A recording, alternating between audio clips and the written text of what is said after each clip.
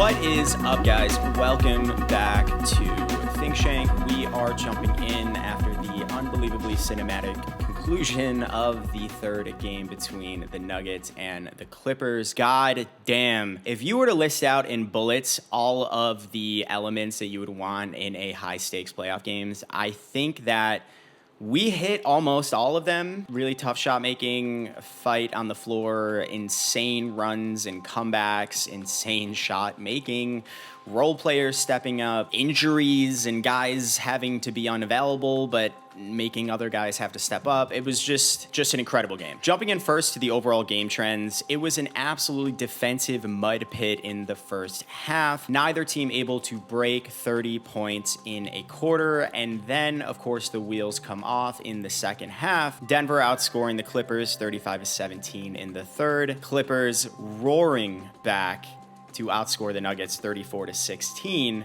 in the fourth. That is a 1-point differential completely flopped between the third and fourth quarters. Adds to the incredibly cinematic story and feeling of this entire game. In that first quarter, the level of defensive buy-in, physicality, and execution really slowed the game down. Harden, Kawhi, Jokic, really those big three were trying to let the other team give them the answers to the test, see what kind of schemes they were gonna be facing that game. You had some doubles on Kawhi Leonard starting in the first quarter, for example. Interestingly enough, the turnovers weren't that big of a story inside of the game. Denver finishes with a 12-9 edge. This became a half-court game, again, of methodical half-court offense and execution. Both teams are unbelievably great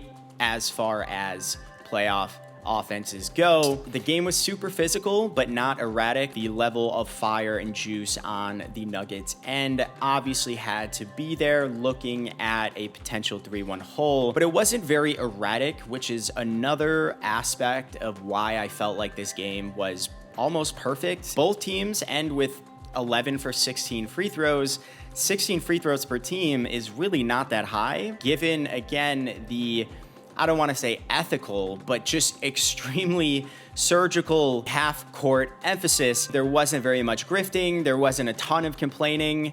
It was just a lot of high-level basketball. Even with the dust-up and I guess just fight between Gordon and Harden and Brown and Jokic and Powell, it was absolutely imperative that those technical fouls offset. Nobody really was harmed on the scoreboard. The funny part, I just have to say it, is goddamn Denver lucky that Russell Westbrook was sitting, because one, I actually think he would have gotten himself fully thrown out just individually. And then two, if that was the case, I don't think you could have gotten away with a clean 3-3 offsetting technical awarding. Denver, again, they were the ones on the hot seat and needed to be showing that level of toughness. Judging by how badly they clapped the Clippers in the third quarter, it seemed to have a pretty great impact for them. The first ever game-winning dunk in NBA history has to get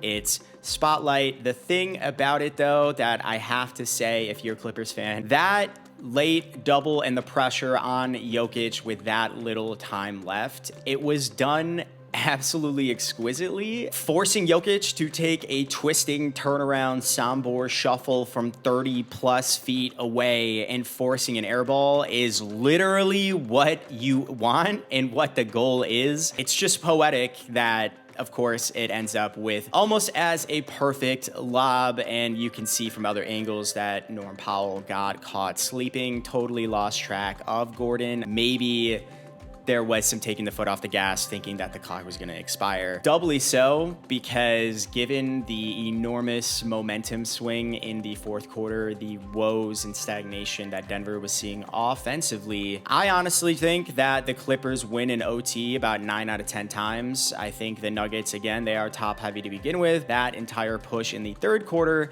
where they ran up a 20-point lead. It really seemed to wear them out, and being on the road, role players on the Clippers, Norm Powell hitting late threes and all of that, Bogey getting that insane putback, were really waking up and finding their rhythm, smelling blood in the water. I would just be very thankful if I was a Nuggets fan, because I don't think that this outcome comes if OT would have happened. Starting here with the biggest takeaways for each team, the Denver Nuggets, the first thing that has to be flagged: no Russell Westbrook, has a foot injury, and then Michael Porter Jr., after diving on the floor in game 2, is dealing with that weird joint sprain thing in his shoulder. Thankfully, it isn't his shooting shoulder. Enormous storylines coming into the game, thinking about Russell Westbrook's rim pressure, particularly in transition. Are they gonna be able to rely on that? MPJ as well has really been a quasi X factor for them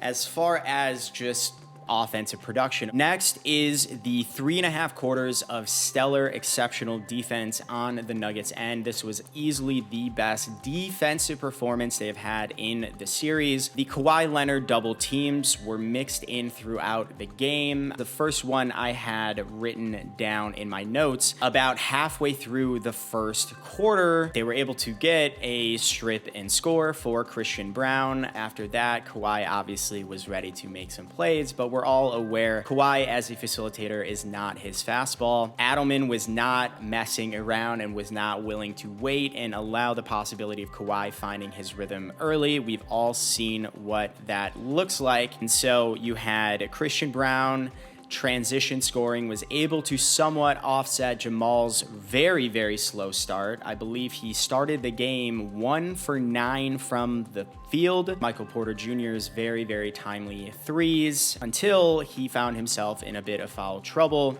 in that third quarter. Next is the cost of defensive volatility and the revelation of how great the opposing firepower of the Clippers is. The Denver Nuggets closed the third quarter and a few seconds into the fourth on a 20-5 run, pushing the lead up to 20 points to effectively start the fourth quarter. And then from there, the Clippers go on a 27-11 run from 10.5 minutes all the way down to 2 minutes, when they kicked their defense into gear, and it was really, really impressive stuff. A lot of it, you saw the Nuggets start to really clam up offensively, getting lured into really tough shots. Jamal Murray particularly with back-to-back turnovers from doubles, and play it kind of conservatively, and you kind of saw what happened, especially when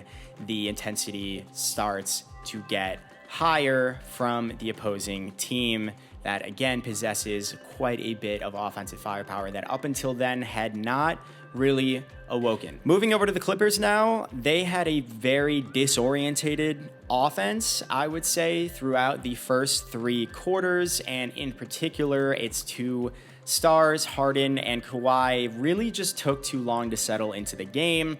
That is not to take away from the best, again, defensive performance from the Nuggets of the series. A lot more desperation. It makes a lot of sense. A metric that I always gravitate towards first, and not just points or outcomes, is just attempts. And you had James Harden putting up 6 points and 7 assists on only 2 of 4 shooting, 4 field goal attempts in 2 quarters. Norm Powell going 3 for 7. Kawhi going 4 for 11. What you see is the hallmark of the Nuggets' defensive intensity and viciousness, going after the top 3 perimeter guys over on the Clippers. I mentioned the sprinkling in of doubles on Kawhi, going 4 for 11 in the first half is really startling. Norm 3 for 7, struggling as well. Harden obviously helping drive things with 7 assists, but only taking 4 field goals. That has repercussions on how the defense is going to be responding to him in the event that he's able to get downhill and actually present rim pressure. I want to give a shout out to Zubac as well. That dude is so freaking consistent. From the perspective of an opposing player or coach, he just has to be so annoying because he gets the assignment on sprinting the floor in transition, trying his best, play after play after play, to get Seals close to the basket, was able to do that a handful of times, as well as, of course, the boxing out and rebounding, as well as the free throw stuff. It's just a constant thorn in the side of the defense, and in a way, it felt like in that first half, he was kind of the steady hand for the Clippers as far as creating advantages. They don't always have to result in points, but just the opportunities from offensive rebounds and over rotations and at least getting guys decent looks. A lot of it was in some fashion rooted in Zubac's pressure near the rim. And then we have, most importantly, the defining takeaway of this game for the Clippers was our defense sparked our offense. We all saw the amazing comeback and what the Clippers were able to do to the Nuggets offense, traditionally a surgical machine of pure execution. You had Zubac blocking a three-point attempt by Jamal, double teams on Jamal where he burped up a turnover. You had Jokic hooking Zubac's arm on a baseline drive. That had some gray area to it, but I'm just listing pure outcomes. You can debate that, but that is technically another turnover. Those kinds of loud defensive plays I thought was just so defining of this Clippers team. Yes, they have tough shot makers, but really what we're learning is this team is the epitome of defense sparking offense, and how well they're able to stop and bother and frustrate opposing teams trying to ice them from the game. Going into the fourth quarter, it was clear, trailing by 20, that the Nuggets over-index on stopping threes, as one might expect. A lot of guys had been struggling, and to make up that ground, it is the norm. And so if you're going to do that, it is going to open up none other than Zubac to start to feast down low, and he was the one who really started the party. And then once you have that tango between rim pressure with Zoo and then the ball skipping around the perimeter, you are caught making tough trade-offs that are ultimately going to open up the threes. So then you had Norm Powell hitting back-to-back ones, Bogdanovic out of nowhere getting a massive offensive rebound on his Serbian teammate Jokic to put it back up, and in getting LA its one and only lead with 70 seconds left in the game. Denver felt pretty powerless on the offensive end, and when you're able to get in the other team's heads on offense by turning them over and everything else, you can really step on their throats on offense. Much like the Oklahoma City Thunder, you are going to leverage that type of mental and psychological dominance to ultimately open things up, loosen things up on the offensive end, and then shots start to fall. From there, it is all up to the opposing team to really settle in, slow the game down, respond. Ultimately, they did, they didn't, kind of, sort of. It really felt like a game that should have went to overtime, but obviously it didn't. Credit to Jokic, an incredible masterpiece yet again, particularly in that third quarter, being the engine